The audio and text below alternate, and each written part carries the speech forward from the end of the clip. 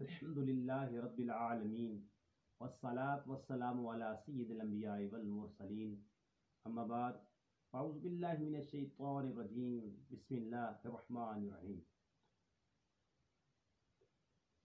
سامعین، آج درس حدیث کا دوسرا سبق ہے اور آج ہم آپ کے سامنے نفاق کی علامات حدیث پاک کی روشنی میں بیان کریں گے۔ جو اسلام بھائی نئے ہیں ہمارے چینل پر، وہ ہمارا چینل سبسکرائب کریں اور ایک پیارا سا لائک بھی دے دیں، اور اگر ویڈیو اچھی لگے تو اس کو شیئر بھی کر دیجیے۔ جی ہاں، نیکی کی بات شیئر کرنا یہ کار ثواب ہے۔ اس میں حدیث پاک بیان ہوگی تو اسے آپ اچھی نیتوں کے ساتھ آگے شیئر بھی کر سکتے ہیں۔ نفاق کی علامات۔ عن عبداللہ ابن عمرو بن العاص رضی اللہ عنہما ان رسول اللہ صلی اللہ علیہ وآلہ وسلم قال اربع من کن فیہ کان منافقا خالصا ومن کانت فیہ خصلۃ منہن کانت فیہ خصلۃ من النفاق حتی یدعها اذا اؤتمن خان واذا حدث کذب واذا عاہد غدر واذا خاصم فجر۔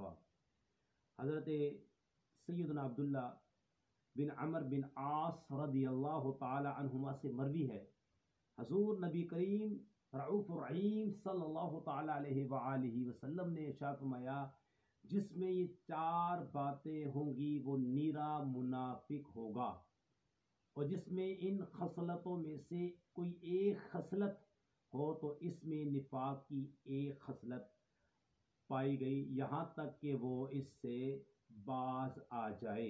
وہ چار باتیں کون سی ہیں؟ آئیے سماعت کرتے ہیں، میں بھی نیت کرتا ہوں، آپ بھی نیت کیجئے ان برائیوں سے بچنے کی۔ آئیے، نمبر 1، جب اسے امانت دی جائے تو خیانت کرے۔ جب اسے امانت دی جائے تو خیانت کرے۔ نمبر 2، جب بات کرے تو جھوٹ بولے۔ جب بات کرے تو جھوٹ بولے۔ نمبر 3، جب وعدہ کرے تو وعدہ خلافی کرے۔ جب وعدہ کرے تو وعدہ خلافی کرے۔ اور نمبر 4، جب جھگڑے تو گالیاں بکے۔ جب جھگڑے تو گالیاں بکے۔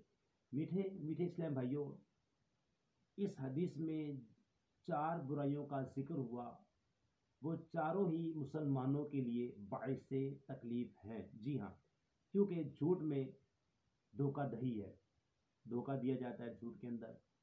خیانت میں مالی نقصان ہے، وعدہ خلافی باعث اذیت ہے، اور گالی میں بے عزتی ہے، اور اسلام میں یہ سب باتیں ممنوع اور ان کا مرتکب سزا کا حقدار ہے۔ لہذا ہر مسلمان کو بالخصوص ان چاروں برائیوں سے اور بالعموم ہر گناہ سے بچنا چاہیے۔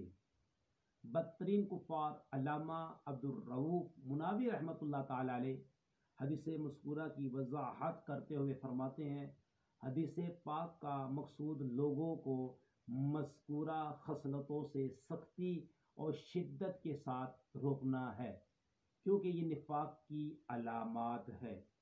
ہر قلب سلیم یہ بات تسلیم کرے گا کہ نفاق بدترین گناہ ہے، کیونکہ منافق اپنے نفاق کے ذریعے اپنے اس رب قدیر کے ساتھ استہزاء اور دھوکہ دہی چاہتا ہے جو ہر شے کا خالق و مالک ہے،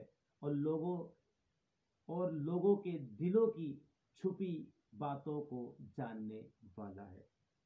انہی بری خصلتوں کی وجہ سے اللہ تعالی نے منافقین کی بہت زیادہ مذمت بیان فرمائی ہے، ان کی عبرتناک مثالیں بیان کی ہیں اور انہیں کفار کی بدترین قسم قرار دیا، اور ان کا ٹھکانہ جہنم کے سب سے نچلے طبقے میں بنایا۔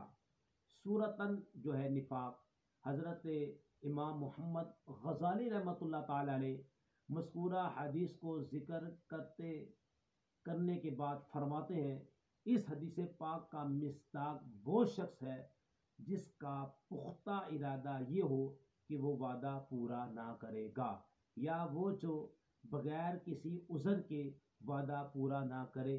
رہا وہ شخص جس کا وعدہ پورا کرنے کا عزم تھا مگر کسی عذر کی وجہ سے وعدہ پورا نہ کر سکا، تو وہ منافق نہیں ہوگا، اگرچہ یہ بھی صورتاً نفاق ہے، جس سے اسے ایسے ہی بچنا چاہیے جیسے حقیقی نفاق سے بچا جاتا ہے، اور معقول عذر کے بغیر خود کو معذور نہیں سمجھنا چاہیے۔ اب ایک تعارض اس کا جواب ہے۔ پہلی حدیث پاک جو ہم نے بیان کی تھی اس میں منافق کی 3 نشانیاں بیان ہوئی، اور اس حدیث میں 4۔ مرات المناجع میں ان دونوں حدیثوں میں یوں مطابقت بیان کی گئی ہے کہ باسا اوقات ایک چیز کی بہت سی علامتیں ہوتی ہیں، کبھی ساری بیان کر دی جاتی ہیں، کبھی کم اور کبھی زیادہ، لہذا وہ 3 بھی نفاق کی علامتیں تھیں اور یہ 4 بھی نفاق کی علامتیں ہیں، یعنی نشانیاں ہیں۔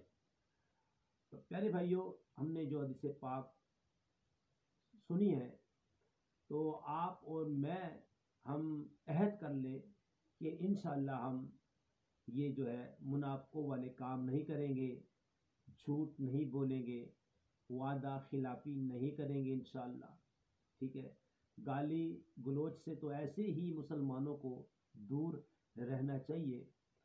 ہمارے زبان پر قرآن کریم کی تلاوت، نبی پاک پر درود، نعت رسول مقبول، اولیاء کا ذکر رہنا چاہیے، کیوں کہ ہمیں ایک دن مرنا ہے۔ تو ہمیں اپنے جو ایام ہیں، ایام زندگی ہیں، انہیں نیکیوں میں گزارنا چاہیے۔ ایسی اچھی اچھی باتیں سیکھنے کے لیے آپ ہمارا چینل سبسکرائب کر لیں، لائک کریں، کمنٹ دیا کریں کہ آپ کو یہ ویڈیو کیسی لگی۔ اللہ پاک